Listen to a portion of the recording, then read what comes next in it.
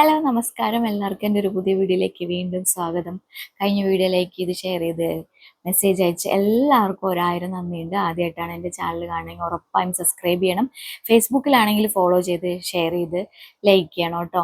അപ്പോൾ ഞാൻ ചെയ്യുന്ന വീഡിയോസ് എന്ന് വെച്ചാൽ നേഴ്സായിട്ട് ഇരിക്കുന്ന ആരെങ്കിലും ഉണ്ടെങ്കിൽ നേഴ്സിംഗ് റിലേറ്റഡ് ആയിട്ടുള്ള എന്തൊരു കാര്യം നിങ്ങൾക്ക് എനിക്ക് എന്താക്കാം മെസ്സേജ് അയക്കാം.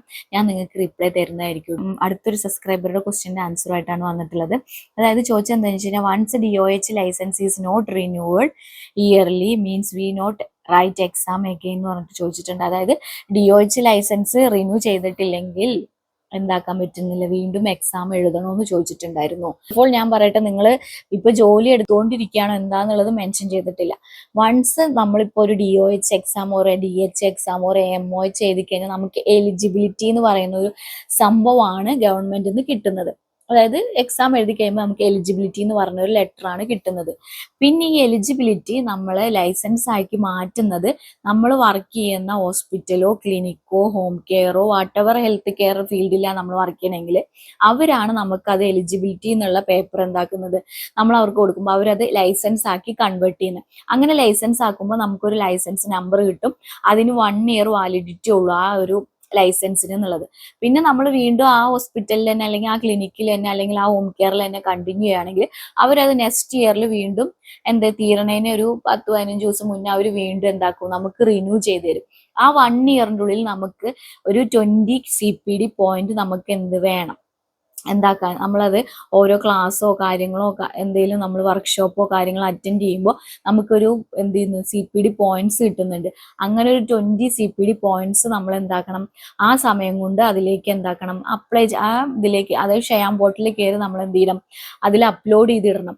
അങ്ങനെ ആ CPD പോയിന്റ്സ് 20 ഉണ്ടെങ്കിൽ മാത്രം നമുക്ക് ലൈസൻസ് നെക്സ്റ്റ് 1 ഇയർ എക്സ്പയർ ആയി കഴിഞ്ഞിട്ട് നെക്സ്റ്റ് നമ്മൾ റിന്യൂവിന് കൊടുക്കുമ്പോൾ ആ ഒരു 20 പോയിന്റ്സ് ഉണ്ടെങ്കിൽ മാത്രം നമുക്ക് റിന്യൂ ചെയ്യാൻ വേണ്ടി പറ്റുള്ളൂ.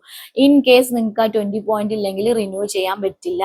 അപ്പോൾ വൺസ് ആ 1 ഇയർ കഴിഞ്ഞ് നിങ്ങൾക്ക് ആ CPD പോയിന്റ്സ് ഇല്ലെങ്കിൽ എന്താവും, റിന്യൂ ചെയ്യാൻ പറ്റാണ്ട് നമ്മുടെ എന്താവും ലൈസൻസ് ഇതായി പോയി കഴിയുമ്പോൾ നമുക്ക് എന്താക്കാൻ പറ്റില്ല, പിന്നീട് നമുക്ക് എലിജിബിലിറ്റി എന്ന് പറയുന്ന സംഭവം കിട്ടില്ല. നമ്മൾ വീണ്ടും എക്സാം എഴുതി എലിജിബിലിറ്റി ഉണ്ടാക്കണം, എലിജിബിലിറ്റി ലെറ്റർ എടുക്കണം. അപ്പോൾ ഇവിടെ പറഞ്ഞിരിക്കണം DOH ലൈസൻസ് 1 ഇയറിൽ റിന്യൂ ചെയ്തിട്ടില്ലെങ്കിൽ ഇതാവുമെന്ന് വെച്ച് കഴിഞ്ഞാൽ 1 ഇയർ റിന്യൂ ചെയ്തിട്ടില്ലെങ്കിൽ അത് ഇതായി ക്യാൻസൽ ആയി പോകും. പിന്നെ നമ്മൾ ആദ്യം മുതൽ എന്താക്കണം, എക്സാം ഡേറ്റ് എടുക്കുക, എക്സാം എഴുതി വീണ്ടും എലിജിബിലിറ്റി എടുക്കണം. ഇത് മസ്റ്റ് ആയിട്ടുള്ള ഒരു കാര്യമാണ്. പലർക്കും ഒരുവിധം എല്ലാവർക്കും വർക്ക് ചെയ്യുന്നവർക്കും ഇതാക്കിയവർക്കൊക്കെ അറിയാം. പക്ഷെ ഇപ്പൊ പുതിയതായിട്ട് ലൈസൻസ് എടുത്ത് വരുന്നവർക്കൊന്നും ഇതിനെക്കുറിച്ച് വലിയൊരു അവയർനെസ് ഉണ്ടാവില്ല.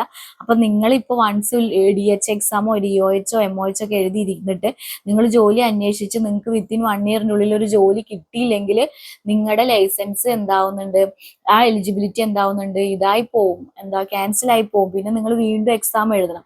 അല്ലെങ്കിൽ നിങ്ങൾ പിന്നെ എന്ത് ചെയ്യുന്നറിയോ, പെട്ടെന്ന് ആ 1 ഇയറിന്റെ ഉള്ളിൽ ഏതെങ്കിലും ക്ലിനിക്കോ ഹോസ്പിറ്റലോ എവിടെയെങ്കിലും നിങ്ങളൊന്ന് ജസ്റ്റ് കയറി നിങ്ങൾ വൺസ് ഒരു ലൈസൻസ് ആക്ടിവേറ്റ് ആക്കി കഴിഞ്ഞാൽ പിന്നെ കുഴപ്പമില്ല. പിന്നെ നിങ്ങൾ ആ ലൈസൻസ് ക്യാൻസൽ ആക്കി, പിന്നെ ഇപ്പൊ നമ്മൾ അവിടെ വർക്ക് ചെയ്തു, നിങ്ങൾക്ക് ഇഷ്ടപ്പെട്ടില്ല, നിങ്ങളിപ്പോൾ 6 മന്തിന്റെ ഉള്ളിൽ റിസൈൻ ചെയ്ത് ഇറങ്ങിയാലും അത് അവർ ക്യാൻസൽ ആക്കി കഴിഞ്ഞാൽ വീണ്ടും നമുക്കൊരു 1 ഇയറിന്റെ ഉള്ളിൽ 1 ഇയർ വീണ്ടും കിട്ടുന്നുണ്ട്. അല്ലെങ്കിൽ നിങ്ങൾ വീണ്ടും എന്ത് ചെയ്യുക, 1 ഇയർ കഴിഞ്ഞിട്ട് അത് റിന്യൂ ചെയ്യണം. റിന്യൂ ചെയ്ത് കഴിഞ്ഞാൽ പിന്നെ കുഴപ്പമില്ല, നിങ്ങൾക്ക് എന്താവും, അത് കട്ടാവാണ്ട് നമുക്ക് ഇരിക്കും. കേട്ടല്ലോ. അപ്പൊ അങ്ങനെ റിന്യൂ ചെയ്ത് കൊടുക്കുന്ന കുറെ ഏജൻസികൾ ഉണ്ട്. നമ്മൾ ക്യാഷ് കൊടുത്തു കഴിഞ്ഞാൽ അവരത് റിന്യൂ ചെയ്ത് തരുന്നുണ്ട് എന്ന് തോന്നുന്നു.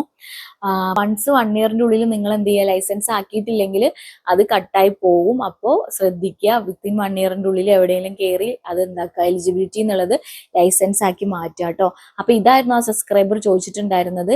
ഇപ്പൊ ക്ലിയർ ആയി എന്ന് വിചാരിക്കുന്നു. ഇതിനെക്കുറിച്ച് മോർ എന്തെങ്കിലും റിലേറ്റഡ് അറിയണമെങ്കിൽ ഉറപ്പായും മെസ്സേജ് അയക്കണം. ഞാൻ വീഡിയോസ് ആയിട്ട് വരുന്നതായിരിക്കും കേട്ടോ. അപ്പോൾ thank you for messaging me. ആദ്യമായിട്ടാണ് കാണണമെങ്കിൽ ഉറപ്പായും സബ്സ്ക്രൈബ് ചെയ്യണം. നിങ്ങൾക്ക് യൂസ്ഫുൾ ആയി തോന്നിയെങ്കിൽ മറ്റുള്ളവർക്ക് വേണ്ടി ഷെയർ ചെയ്ത് കൊടുക്കണം കേട്ടോ. Thank you. അടുത്തൊരു വീഡിയോ